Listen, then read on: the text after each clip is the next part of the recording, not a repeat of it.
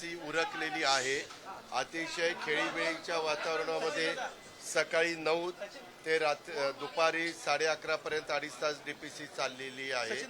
अनेक खासदार, अनेक आमदार, अनेक लोकप्रतिनिधींनी विधायक सूचना केलेल्या आहेत। एकंदरीत कामाचा दर्जा चांगला होण्याच्या करता एकंदरीत महत्त्वाचे प्रश्न हे ज्या त्या अधिकाऱ्यांनी त्यांच्यावर टाकलेली जबाबदारी व्यवस्थितपणे पार पाडण्याच्या करता जे निर्णय घ्यायचे होते ते निर्णय आज आम्ही सगळ्यांनी मिळून जिल्ह्याचं प्रतिनिधित्व करत असणाऱ्या सर्व 13 तालुक्यातल्या आणि माझ्या दोन्ही शहरातल्या 21च्या 21 आमदारांनी भाग घेऊन ते केलेलं आहे।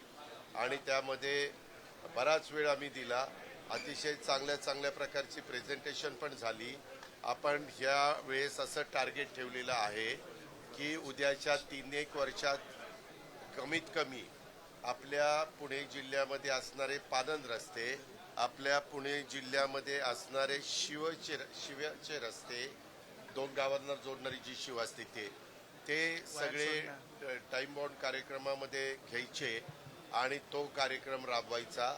तसंच आम्ही जी काही कामं डीपीसी मार्फत होतात त्याचा दर्जा चांगला राहण्याच्या करताच आपण लवकर मीटिंग घेतली आणि ही सगळी कामं आपल्याला डिसेंबर एंडपर्यंत पूर्ण करायची, जेणेकरून नंतरच्या काळामध्ये एखादी एजन्सी लावून आपण ज्या कामाला पैसा दिला ते काम संपूर्ण पैसा व्यवस्थितपणे तिथं खर्च झाला आहे का या सगळ्या गोष्टीचं आम्ही नियोजन केलेलं आहे।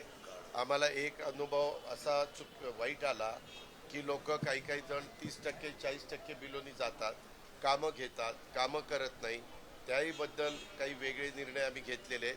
ज्याला कुणाला तितके टक्के बिलोनी जायचं त्यांनी जेवढा बिलोनी गेला तेवढी रक्कम तिथं डिपॉझिट म्हणून भरायची, तरच त्याला तिथं टेंडर द्यायचं। असे काही त्याच्यामध्ये वेगवेगळ्या सूचना आलेल्या आहेत।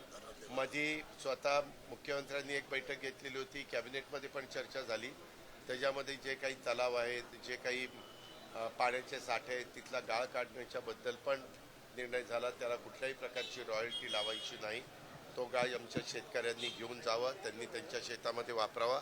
फक्त काढलेला गाळ हा अशा ठिकाणी टाकावा की जेणेकरून तो पुन्हा धो पाऊस पडल्यानंतर ते पाण्याबरोबर तो गाळ पुन्हा त्या तलावामध्ये येऊ नये, एवढी मात्र माफक अपेक्षा आम्ही त्या ठिकाणी केली।